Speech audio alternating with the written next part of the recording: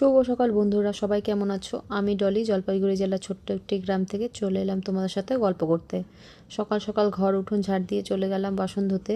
সকালবেলা তো কাজগুলো করতেই হবে, তাই না? এদিকে দেখো, আগের দিন রান্না করার পর হাঁড়ি কড়াইগুলো কিন্তু বের করে রেখেছিলাম, তবে মাজা হয়নি।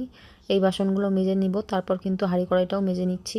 কারণ সকাল সকাল যেহেতু রান্না করতে হবে, তাই কিন্তু হাঁড়ি কড়াইটাও মেজে নিতে হবে। তো একবারেই সবগুলো মেজে নিয়ে তারপর কিন্তু ব্রাশটা করে নেব। আর জানো তো, আমার কিন্তু উনুনে রান্না করতে খুব একটা প্রবলেম হয় না, কিন্তু সবথেকে বেশি সমস্যা যেটা হয় সেটা হচ্ছে এই কালির হাঁড়ি কড়াইটা মাজতে। সত্যি এই কালির বাসনগুলো মাজার পরে না হাতটা একদম কালো হয়ে যায় আর খুব অসুবিধা হয়। যাই হোক, বাসন মাজা হয়ে গেছে, এদিকে ব্রাশ করে চলে গেলাম চা বানাতে। চাটাও কিন্তু প্রায় হয়ে গেছে, চা করে কিন্তু চা খেয়ে নিয়ে চলে গেলাম ঘর গুছোতে। আজকে কিন্তু আর ওই ভিডিওগুলো করা হয়নি, ঘরটা পরিষ্কার করে তোমাদের সাথে একটু শেয়ার করে নিলাম। তারপর কিন্তু চলে গেলাম রান্নাঘরে, আর আজকে কিন্তু রান্নাঘরটা মুছে নেব।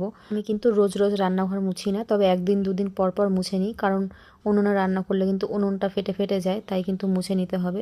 দেখো, পুরো রান্নাঘরটা মুছে নিলাম, তারপর কিন্তু ভাত বসাবো, তাই হাঁড়িতে জল দিয়ে চালটাও ধুয়ে নিলাম। আর আজকে তো শনিবার, তাই ছেলের স্কুল বন্ধ, শনিবার করে কিন্তু স্কুল থাকে না ওর। সকালবেলা গেছিলো টিউশনিতে, তো চলে এসেছে, ও এখন বাড়িতেই আছে। আর আমি এইদিকে কিন্তু উনুনের পাড়ে গিয়ে উনুনটাও ধরিয়ে নিলাম। আর এইদিকে দেখো, তখনও কিন্তু রান্নাঘরটা একেবারেই শুকোয়নি, একদম ভেজা ভেজা ভাব আছে। তবে রান্নাটা তো তাড়াতাড়ি করতে হবে, কারণ তোমাদের দাদাভাই 2টার দিকে কাজে চলে যায়, তাই তাড়াতাড়ি করেই রান্নাটা বসিয়ে দিলাম। এদিকে কিন্তু প্রথম প্রথম একটু ধোয়া হচ্ছিল, তারপর কিন্তু উনানটা পুরোপুরি ধরে গেছে। আর আজকে করব চিচিঙ্গা ভাজা, পটল আলুর তরকারি আর পাতার বড়া। এইদিকে কিন্তু চিচিঙ্গাগুলো কেটে নেওয়া হয়ে গেছে, পটলগুলোও কেটে নিচ্ছি। আর ভাতটাও কিন্তু এদিকে বসিয়ে দিয়েছি, ভাতটাও কিন্তু হচ্ছিল। জানোই তো আমাদের একসাথে অনেক কাজ করতে হয়, তাই না? ভাতটা নামিয়ে নিয়ে কিন্তু কিছু মাছ ছিল কালকে, সেগুলো ভেজে নিলাম। তারপর কিন্তু চিচিঙ্গা ভাজাটাও বসিয়ে দিলাম। আর আজকে একটা কথা তোমাদের সাথে শেয়ার করছি, জানো তো, তোমাদের দাদাভাই যখনই বাড়িতে থাকে তখনই কিন্তু আমার হাতে হাতে অনেকটাই হেল্প করে দেয়। না হলে কিন্তু উনুনে রান্না করতে আমার অনেকটাই অসুবিধা হয়ে যেত। তবে এই কথাটা কিন্তু আমি এর আগে বলিনি, আজকে কিন্তু তোমাদের সাথে শেয়ার করে নিলাম।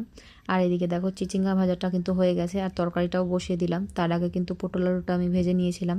এইভাবে রান্না করলে কিন্তু আমার খুব ভালো লাগে রান্নাটা। তো কে কীভাবে রান্না করো অবশ্যই কমেন্টে জানাতে পারো। এইদিকে কিন্তু তরকারিটাও হয়ে গেছে, আর এইদিকে বড়াটাও আমি ভেজে নিচ্ছি। এটা কিন্তু ভাজার পর এরকম কালো কালোই হয়, তবে খেতে কিন্তু দারুণ টেস্টি।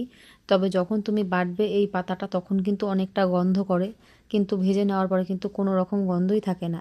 এইদিকে দেখো, আমার কিন্তু সব রকম রান্নাই হয়ে গেছে, তাই তোমাদের সাথে শেয়ার করে নিলাম আজকে কী কী রান্না করেছি। আর আজকের ভিডিওটা এইটুকুই। সম্পূর্ণ ভিডিও দেখার জন্য তোমাদেরকে অনেক অনেক ভালোবাসা জানাই। ভালো থেকো সবাই।